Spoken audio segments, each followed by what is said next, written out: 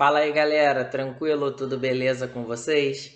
Então, na nossa aula de hoje, aqui nesse nosso encontro de hoje, nós vamos ver um tempo verbal que ele existe no português e assim como ele existe no português, ele também existe no inglês, que é o present continuous, que no português a gente conhece aqui como nosso gerúndio.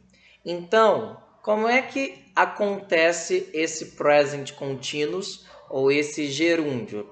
Primeiro, quando que eu uso isso na minha vida?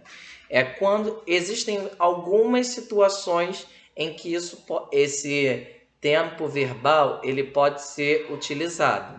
Só que nós vamos hoje falar dele quando nós queremos falar de alguma ação que está acontecendo no exato momento da fala, certo? Nós vamos falar hoje sobre algo quando alguma coisa está acontecendo no exato momento em que a pessoa está falando. Então, alguma coisa está acontecendo. Logo, o está vem qual verbo na cabeça? Qual verbo no inglês que é o verbo estar? É o verbo to be, que é o verbo ser ou estar. Nesse caso aqui, nós só vamos trabalhar com ele no sentido de estar, porque alguma coisa está acontecendo ou alguém está fazendo, realizando alguma coisa. E para utilizarmos o present continuous, a gente precisa dessa estrutura do verbo to be, que nós já vimos. Existe um vídeo aí anterior que nós já vimos o verbo to be. Qualquer coisa é só você procurar aí no Lohan Henrique. Tá aí o vídeo bem simples, explicando como que é essa estrutura do verbo to be, os pronomes pessoais. Hoje nós vamos tratar do present continuous, que é o quê? Por exemplo, eu quero falar, agora, eu estou fazendo o quê? Eu estou trabalhando, certo? Eu estou trabalhando.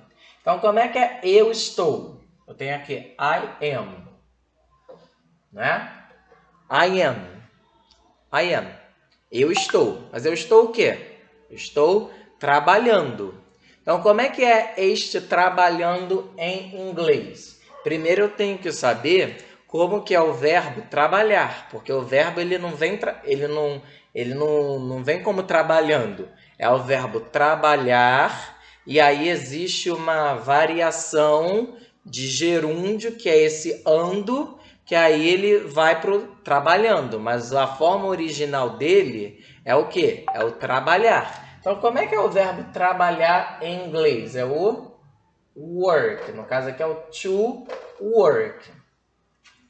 Só que para a gente conjugar qualquer verbo no inglês, a gente tira esse to.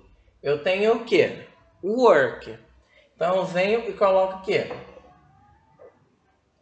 Work. Fica I am work. Só que está faltando uma coisa aqui. Porque se eu coloco aqui I am work, fica como se fosse eu estou trabalhar. E não é isso. Gramaticalmente falando, essa frase ela está o quê? Incorreta.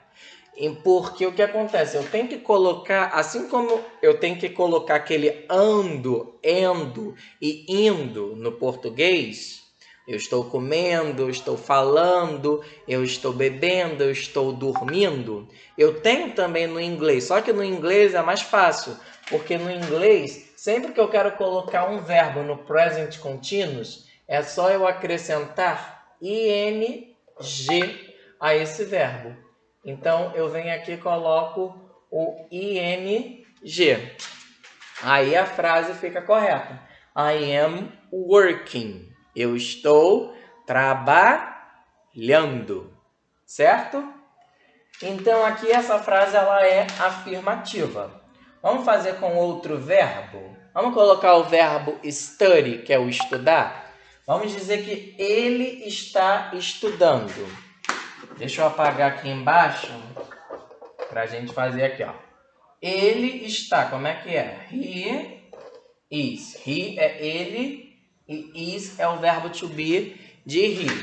He is o quê? Como é que é estudar? Estudar é study. Study, certo? Mas como é que é o estudando? O que eu tenho que fazer? Eu tenho que acrescentar ing, que aí esse verbo fica como? He is studying. Ele está estudando. Agora, nós temos essas duas frases aqui, que elas estão na forma afirmativa. Como que eu reescrevo essas duas frases na forma negativa? É igual o verbo to be. Eu sigo a mesma regra do verbo to be. Eu acrescento somente um not depois do verbo to be e o resto da frase permanece igual. Então, aqui eu tenho I am working. Como é que fica isso aqui? I am not working. Certo?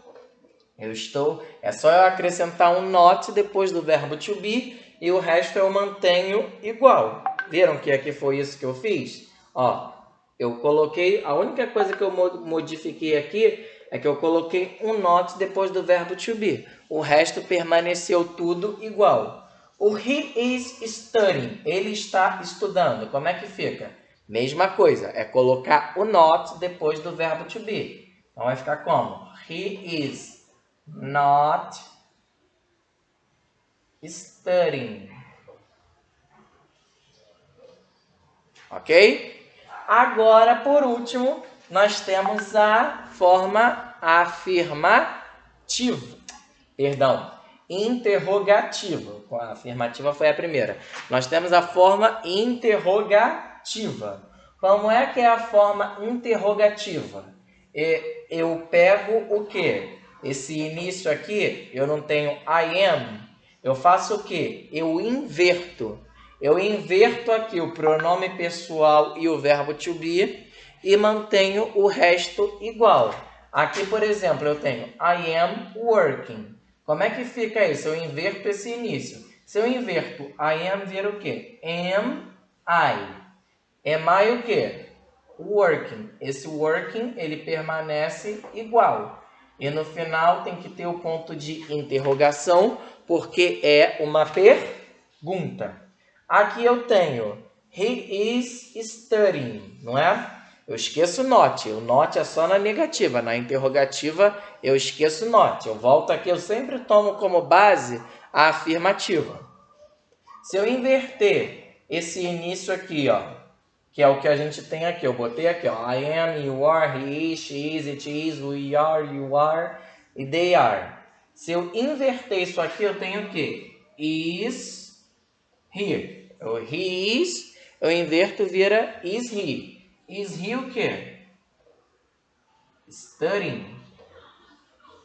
E coloco também o ponto de interrogação, porque é uma pergunta. As perguntas, elas são frases interrogativas. Aqui só uma coisa, o I, mesmo ele estando no meio da frase, eu não posso escrevê-lo com letra minúscula. Ele é sempre com letra maiúscula. Mesmo ele estando, ele pode estar no início, no meio ou no fim, ele sempre vai ser com letra maiúscula. Os demais pronomes, não. Tá ok? Valeu? Um abraço.